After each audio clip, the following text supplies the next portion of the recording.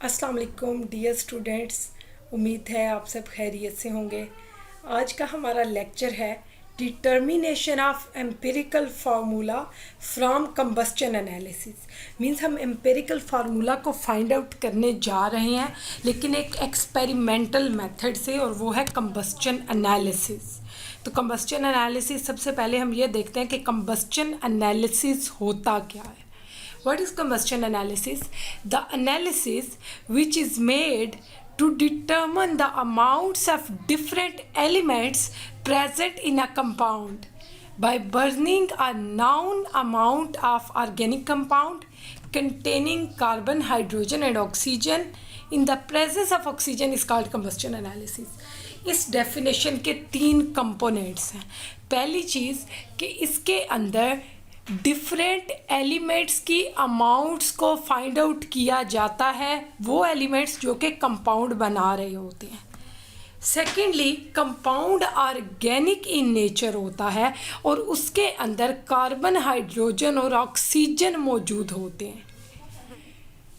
Thirdly, oxygen की presence में combustion की जाती है, तो इस प्रोसेस को हम कहते हैं, इस एनालिसिस को हम कहते हैं कंबस्चन एनालिसिस। तो इसका प्रोसीजर क्या होता है, कैसे ऑक्सीजन की प्रेजेंस में किसी ऑर्गेनिक कंपाउंड के नाउन सैंपल की कंबस्चन की जाती है। एक ऑर्गेनिक कंपाउंड का वेट सैंपल लिया जाता है, मींस उसकी एक मेजर्ड क्वांटिटी ली जाती है ऑर्गेनिक कंपाउंड की, और उसे कंबस्चन ट्यूब के अंदर रखा जाता है। सेकेंड स्टेप के अंदर उस कंबस्चन ट्यूब को फर्नेस के अंदर, फर्नेस भट्टी उसके अंदर फिट कर दिया जाता है। थर्ड स्टेप के अंदर ऑक्सीजन सप्लाई की जाती है उस कंबस्चन ट्यूब को, ताकि ऑर्गेनिक कंपाउंड को बर्न किया जा सके ऑक्सीजन की प्रेजेंस में। हाइड्रोजन जो है वो वाटर में कन्वर्ट हो जाती है और कार्बन डाइऑक्साइड में कन्वर्ट हो जाता है। उसके बाद हम देखते हैं कि कौन सा अपरेटस कंबस्चन के लिए यूज़ होता है। तो इस अपरेटस के अंदर आप देख सकते हैं इंटरनली ये जो चीज़ मौजूद है, this is the combustion tube. ये हमारे पास कंबस्चन ट्यूब है, इसे लेबल किया हुआ है। उसके बाद इस ट्यूब के अंदर आपको ये जो सैंपल नज़र आ रहा है, ये है ऑर्गेनिक कंपाउंड का सैंपल, और इसके अंदर कार्बन, हाइड्रोजन और ऑक्सीजन एलिमेंट मौजूद हैं। उसके बाद हम इस कंबस्चन ट्यूब को इस फर्नेस के अंदर रखते हैं और यहाँ से ऑक्सीजन सप्लाई कर रहे होते हैं। इस ऑक्सीजन की प्रेजेंस में इस फर्नेस के अंदर मौजूद कंबस्चन ट्यूब में सैंपल कंबस्ट हो जाता है, और सैंपल के कंबस्ट होने के नतीजे में हमारे पास हाइड्रोजन से वाटर बनता है, जो कि कंबस्चन ट्यूब से अगले पोर्शन में वाटर एब्जॉर्बर मौजूद है, वहाँ पे एब्जॉर्ब हो जाता है। सेकेंडली, कार्बन की कंबस्चन के नतीजे में कार्बन डाइऑक्साइड बनेगी, जो कि अगले पोर्शन के अंदर जाके एब्जॉर्ब हो जाएगी। उसके बाद हमारे पास बाकी गैसेस हैं। तो हम इस इंस्ट्रूमेंटेशन को और इसकी वर्किंग को थोड़ी डिटेल में देखते हैं। ये तो एक आपको इमेज दिया गया, एक स्केच दिया गया कि ऑपरेटस होता कैसा है। तो हम इंडिविजुअली पढ़ते हैं ऑपरेटस के एक एक कंपोनेंट का फंक्शन। सबसे पहले हमने कंबस्चन की बात कर ली कि कंबस्चन हो जाती है, उसके नतीजे में वाटर बनता है, क्योंकि ऑर्गेनिक कंपाउंड के अंदर जो हाइड्रोजन मौजूद होती है वो कंबस्ट होने के बाद वाटर में कन्वर्ट हो जाती है। तो कंबस्चन ट्यूब से अगला पोर्शन वाटर एब्जॉर्बर चैम्बर है, और वाटर एब्जॉर्बर चैम्बर वाटर क्यों एब्जॉर्ब करता है, क्योंकि उस चैम्बर के अंदर मैग्नीशियम क्लोरेट मौजूद होता है, जो कि एक्चुअली एक ऐसा केमिकल है जो वाटर को एब्जॉर्ब करता है कंबस्चन के प्रोसेस के अंदर, पूरे कंबस्चन एनालिसिस के अंदर। सेकेंडली, हमारे पास जो कार्बन के कंबस्चन के नतीजे में कार्बन डाइऑक्साइड बनती है, उसे एब्जॉर्ब करने के लिए हमारे पास एक कार्बन डाइऑक्साइड एब्जॉर्बर चैम्बर होता है, और वो चैम्बर वाटर वाले चैम्बर के बाद लगा हुआ होता है। मींस पहले स्टेप में वाटर एब्जॉर्ब हो जाता है, उससे अगले स्टेप में जो चैम्बर लगा हुआ है उस चैम्बर को हम कहते हैं कार्बन डाइऑक्साइड एब्जॉर्बर चैम्बर, और उस चैम्बर के अंदर 50% पोटाशियम हाइड्रोक्साइड मौजूद होता है, जो कि कार्बन डाइऑक्साइड को एब्जॉर्ब करता है। अब फ़ायदा क्या होगा इन एब्जॉर्प्शंस का, हम दोबारा उस पिक्चर पे आ जाते हैं और इस पिक्चर को देखते हैं कि यहाँ पे हमारे पास कंबस्चन ट्यूब के अंदर जो ऑर्गेनिक कंपाउंड मौजूद था, जिसके अंदर कार्बन, हाइड्रोजन और ऑक्सीजन एलिमेंट थे, वो कंबस्ट हुआ। उसके नतीजे में जो वाटर बना है वो वाटर एब्जॉर्बर पोर्शन के अंदर एब्जॉर्ब हो गया। उसके बाद कार्बन डाइऑक्साइड उससे अगले पोर्शन में एब्जॉर्ब हो गई। अब हम कैसे फाइंड आउट करेंगे वाटर का और कार्बन डाइऑक्साइड की अमाउंट को, इनकी क्वांटिटी को?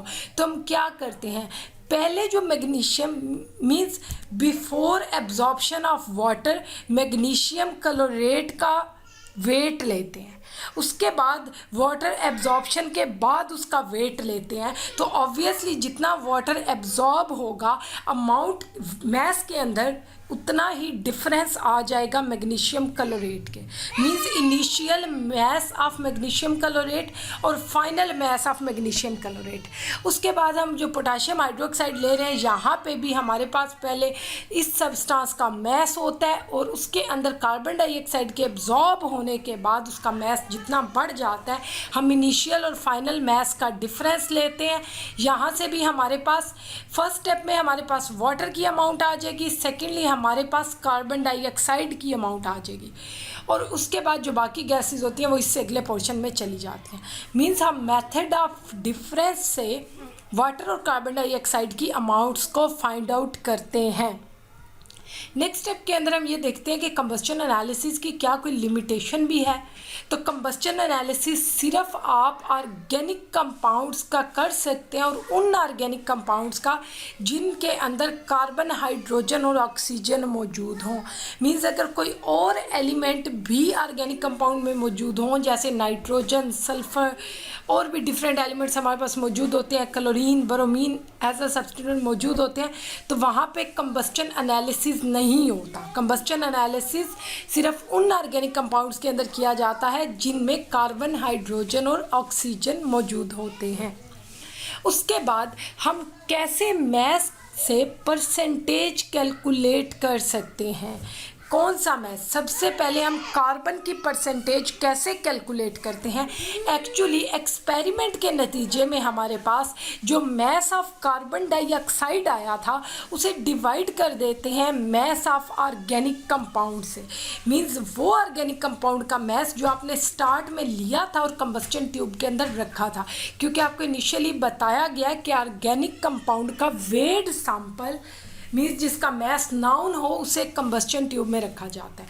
सेकेंडली आपको ये बताया गया था कि कार्बन डाइऑक्साइड का जो मैस है वो जब कार्बन डाइऑक्साइड पोटाशियम हाइड्रोक्साइड वाले पोर्शन में एब्जॉर्ब हो गई तो वहाँ से मेथड ऑफ डिफरेंस से मीन्स पोटाशियम हाइड्रोक्साइड के इनिशियल मैस देखना है, उसका फाइनल मैस देखना है, तो फाइनल में से इनिशियल को माइनस करके वहाँ से कार्बन डाइऑक्साइड का मैस निकाल लेना है, उसे यहाँ पे न्यूमरेटर में पुट करना है, डिवाइड करना है मैस ऑफ ऑर्गेनिक कंपाउंड से, मल्टीप्लाई करना है 12 से, क्योंकि आप सिर्फ कार्बन की परसेंटेज लेना चाह रहे हैं और यहाँ पे आपके पास मौजूद कार्बन डाइऑक्साइड है, इसलिए आप कार्बन के मोलर मैस से उसे मल्टीप्लाई करते हैं और डिवाइड करते हैं कार्बन डाइऑक्साइड के मोलर मैस से जो कि है 44 और मल्टीप्लाई कर देंगे 100 से। डिमास रूल के अकॉर्डिंग इसकी कैलकुलेशन करेंगे।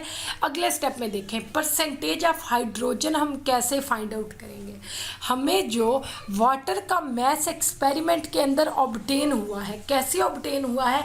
मैग्नीशियम क्लोरेट के जब फाइनल मैस में से means after absorption of water जो मैग्नीशियम क्लोरेट का मैस था उसमें से इनिशियल मैग्नीशियम क्लोरेट का मैस माइनस करते हैं तो उसके अंदर हमारे पास वाटर का मैस आ जाता है। तो वाटर का मैस जो हमें एक्सपेरिमेंट में ऑब्टेन होता है उसे हम डिवाइड करते हैं उस ऑर्गेनिक कंपाउंड के मैस से जो हमारे पास नाउन है, पहले ही मल्टीप्लाई करेंगे 2.016 से। क्यों?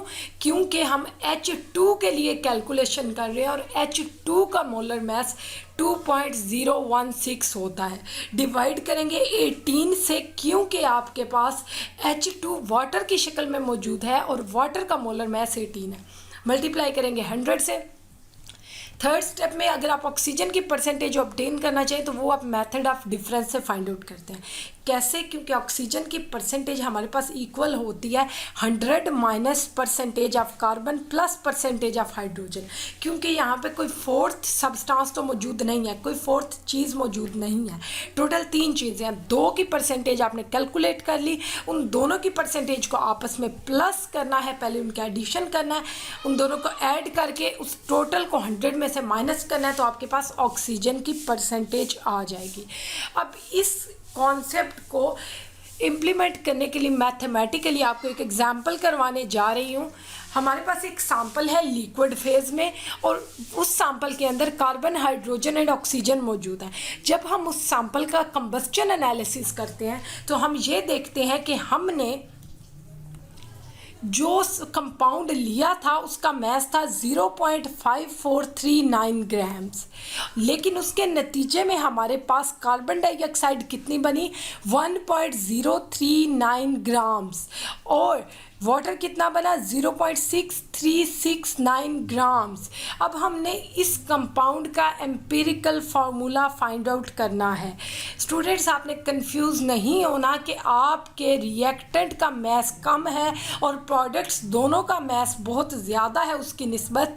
तो एक्चुअली प्रोडक्ट्स के अंदर क्योंकि ऑक्सीजन ऐड हो रही है, ये सिर्फ कार्बन का नहीं बल्कि कार्बन डाइऑक्साइड का मास है, और ऑक्सीजन एक्सेस में होती है कंबस्शन में, जिसे हम यूज़ करते हैं एज एन एक्सटर्नल सोर्स। तो वहाँ से ऑक्सीजन आती है जिसकी वजह से कार्बन डाइऑक्साइड और वाटर का मास ज़्यादा है। उसके बाद हम इस प्रॉब्लम को सॉल्व कैसे करेंगे? तो सबसे पहले हम कार्बन की परसेंटेज फाइंड आउट करेंगे उसी फार्मूला से जो हमने पीछे पढ़ा था। Means mass of carbon dioxide obtained in the experiment that is 1.039 grams divided by mass of organic compound that is 0.5439 grams multiplied by molar mass of carbon that is 12 divided by molar mass of carbon dioxide that is 44 multiplied by 100। लेकिन आप calculation डिमास rule के according करेंगे। पहले इन दोनों को आपस में divide करेंगे, इन दोनों को आपस में डिवाइड करेंगे और फिर इनको मल्टीप्लाई करेंगे, क्योंकि डिमास में पहले डिवीजन होती है फिर मल्टीप्लिकेशन होती है, उसके बाद आप इसे 100 से मल्टीप्लाई कर देंगे तो आपके पास आंसर आता है 52.1%। मीन्स आपके पास कार्बन 52.1% मौजूद था सैंपल के अंदर। उसके बाद हम देखते हैं कि हाइड्रोजन की परसेंटेज कैसे फाइंड आउट करनी है। तो सिमिलर फार्मूला इंप्लीमेंट करना है। Mass of water obtained in the experiment that is 0.6369 grams divided by mass of organic compound that is 0.5439 grams multiplied by molar mass of H2 this is 2.016 gram divided by molar mass of H2O water this is 18 gram multiplied by 100। तो answer आपके पास उसी तरह से calculation करेंगे तो answer आता है 13.11%। Means 13% hydrogen मौजूद है। उसके बाद आप ऑक्सीजन के लिए मेथड ऑफ डिफरेंस से कैलकुलेशन करेंगे। कैसे? आप 52.108 जो कि कार्बन की परसेंटेज यहाँ से हमारे पास आ गई थी उसमें प्लस करेंगे हाइड्रोजन की परसेंटेज जो कि यहाँ से हमारे पास आई है 13.115%। इन दोनों को प्लस करेंगे और टोटल 100 में से माइनस कर देंगे तो आंसर आएगा 34.77% जो कि ऑक्सीजन की परसेंटेज है। अब इन स्टेप्स के ज़रिए, इन फार्मूलाज के ज़रिए आपने कार्बन की परसेंटेज फाइंड आउट कर ली, हाइड्रोजन की परसेंटेज फाइंड आउट कर ली और ऑक्सीजन की परसेंटेज फाइंड आउट कर ली। नेक्स्ट स्टेप में आप क्या करेंगे? इन तीनों के अलग अलग नंबर ऑफ ग्राम एटम्स या इन्हें नंबर ऑफ मोल्स भी कहा जाता है वो फाइंड आउट करेंगे। नंबर ऑफ ग्राम एटम्स कैसे फाइंड आउट किए जाते हैं? एक्चुअली परसेंटेज को आप given mass of the substance भी कह सकते हैं।